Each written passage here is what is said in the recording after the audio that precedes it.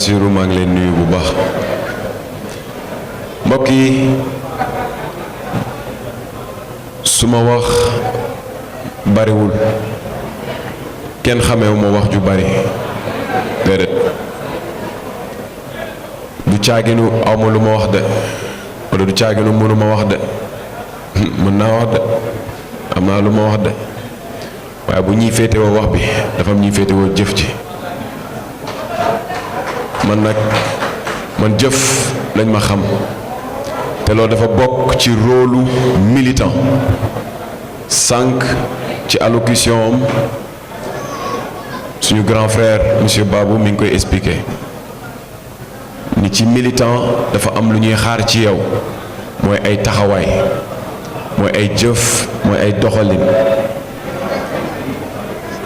man nag dama leen di encourager mais dama leen di féliciter yéen waa Mopad def naa ni bi ngeen commencé ba léegi maa ngi ñëw di participer ci seen ay activités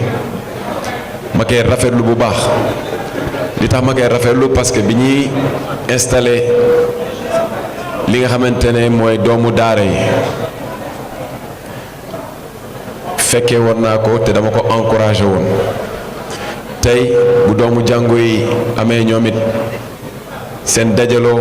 ba mën a reconnaître ci benn mouvement du ma def lu dul ñëw jàpp si ñëw taxaw si mais encourager leen xam ngeen lu tax may def loolu on est tous différents ñun ñëpp kenn ku ci nekk am na lu yàlla def ci yow lu mu deful ci sa moroom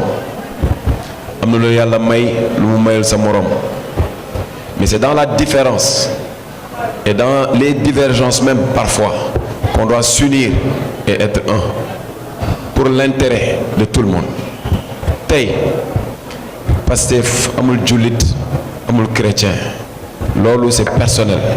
mais ñun ñëpp tey fii nii lan la ñu on est des Sénégalais et c'est là où se trouve la beauté aujourd'hui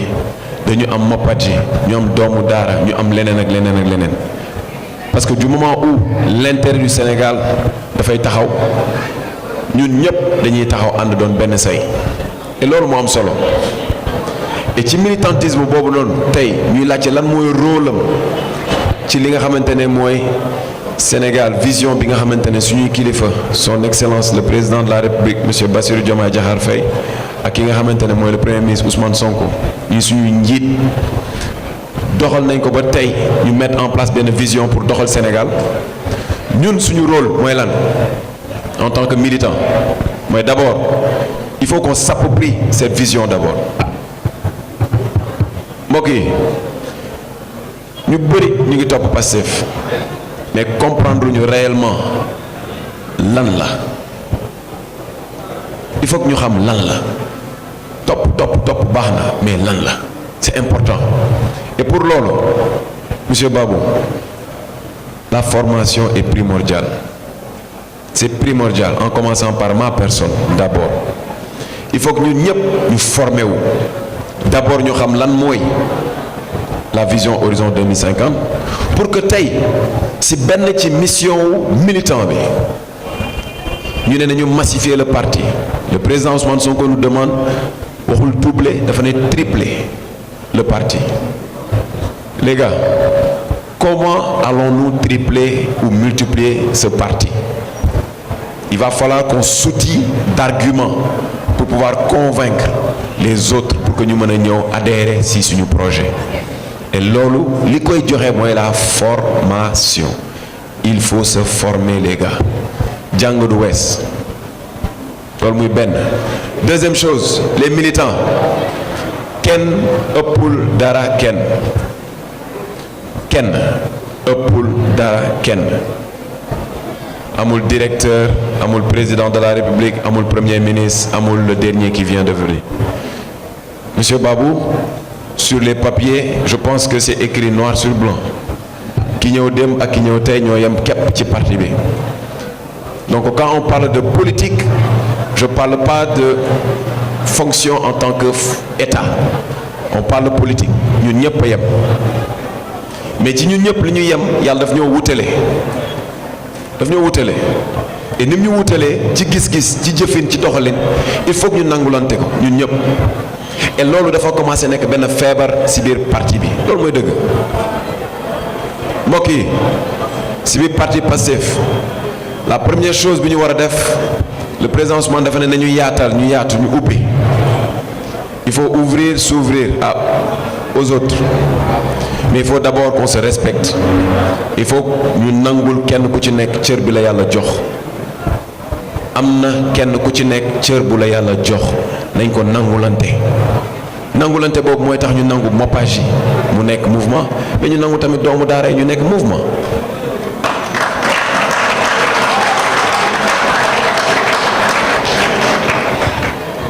il va falloir qu'on apprenne à se respecter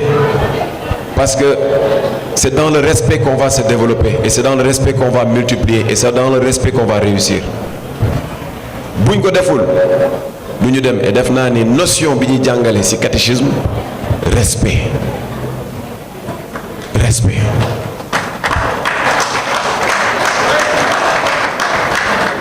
militantisme du fanatisme les gars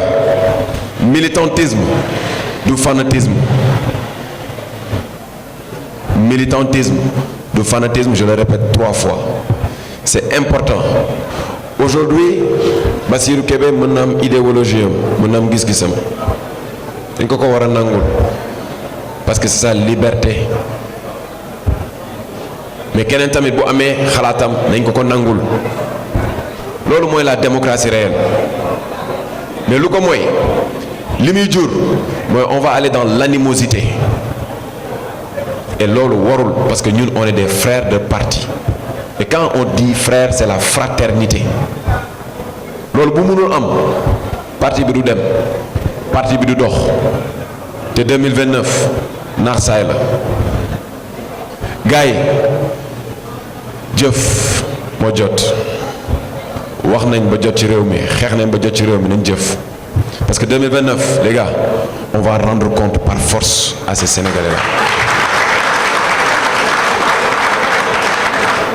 et on ne rendra pas compte avec des paroles on va rendre compte avec des actions qu'on va poser claires nettes et précis kenn ku ci nekk ci liñ la dénk na nga fexe ba da nga ci def lu la war et loolu dafa am solo parce que suba suñuy kilifa dañ koy utiliser pour mën a dem convaincre les Sénégalais pour ñu mën ñu may ñu doxalaat réew mi buñ ko deful duñ dem fenn du ma dugg ci technicité bi parce que samay frère dugg nañ ci moo tax ma dugg ci li nga xamante ne ñu ci bëri ñun ci patriote duñ ko laal nañu yéenante jàmm mbokk yi yaa ngeen di reetaan de man li may wax lu ma ñor la parti bi kenn moomu ko kenn bu fi dara kenn ku ci nekk am nga droit am des ambitions fii ci dëkk bi kenn du la ko tere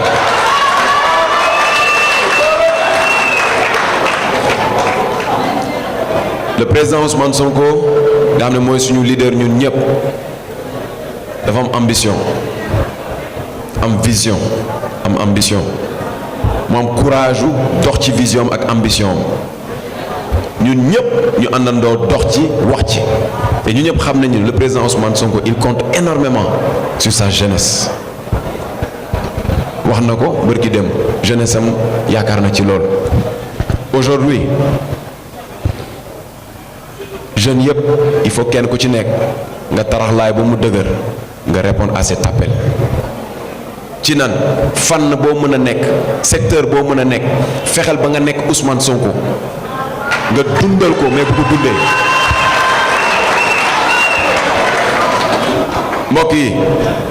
dee leen dundal Ousmane Sonko te bàyyi di ko dundee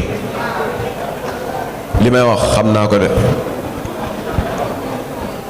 nañuy dundal Ousmane buñ ko deful dañuy nax suñu bopp mais dañ koy nax te man de du ma bokk si ñu koy nax mais lenn moom leer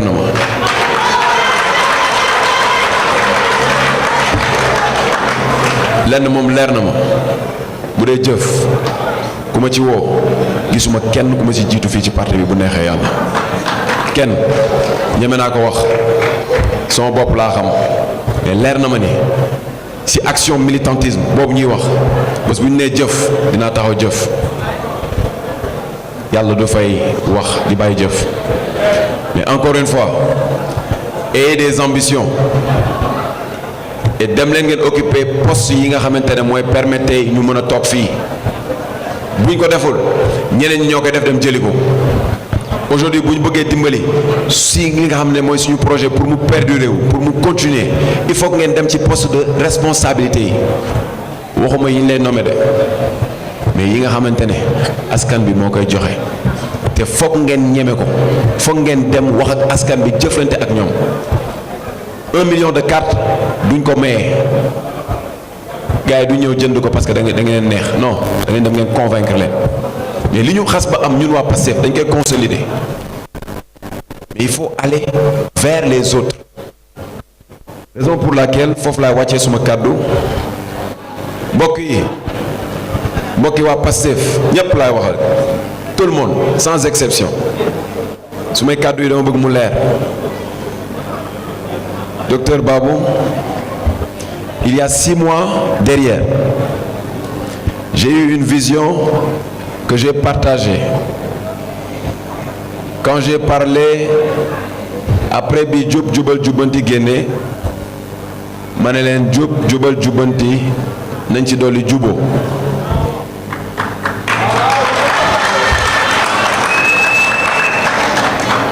jubo bi ma wax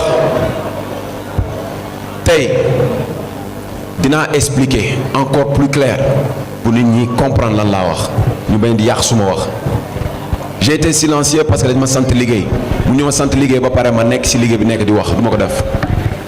mais comme vous me donnez l'opportunité de parler je vais en parler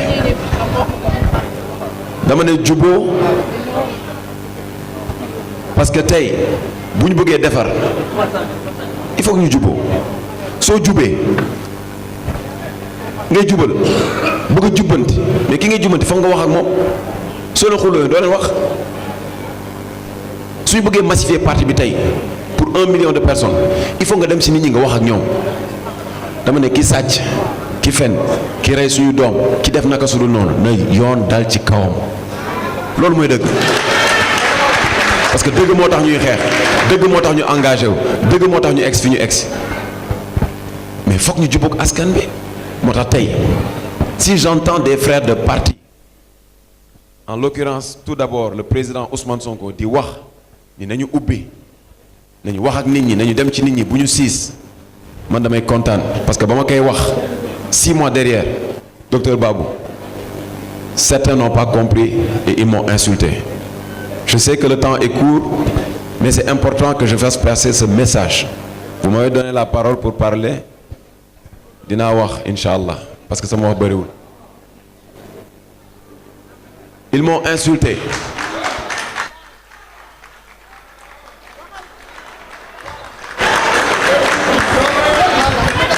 docteur Babou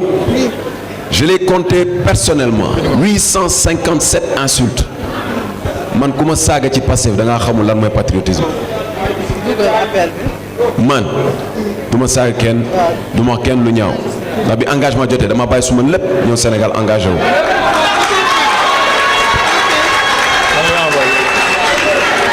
et tey laa gën a engagé wu nag li ñu def bu fi li fi nekk nekkaatoon ñu defaat lu raw li fu newoon ñu taxaw xeex pour Sénégal jug taxaw ci dëgg mais dans ce parti-là Mopadji nous avons l'obligation ñu waxtaanaat suñu biir ñun ñëpp ñu joxante cër ñuy respectante ñu bañ di toroxalante parce que fii personne n'est plus patriote que personne et pour loolu ngeen may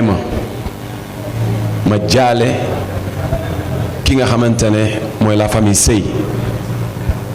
combattant bi nga xamante ne daanu na fan yi passé ba tey la woon sax saraxalam may jaale famille am di ko jaale waa parti Pastef yépp mais ma leen di wax benn affaire respect bu ñu bëgg ñu imposer ko ci biti nañ ko defalante suñu biir ba pare parce que leen naa leen ko wax man ku ma saaga dafa fekk may nelaw mais je n'accepterai plus personne di ma saaga ci parti bi parce que personne n'est plus patriote que moi fii ci parti bi les sagas ba dañuy dugg sa biir famille et ça se fait dans le parti et après on se dit patriote, on se dit frère. Le rôle du militant, vous avez dit quel est le rôle du militant pour Horizon 2050? Respectons-nous d'abord et acceptons nos différences et nos divergences. Malgré tout, on va s'unir pour donner la victoire, Inch'Allah, en 2029, mais le respect d'abord. Merci. Merci, Monsieur Khoureyssi Thiam. Donc il a rappelé la formation, que la formation est très importante.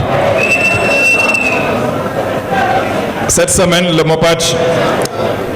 a fait une formation, le ministre l'a rappelé tout à l'heure,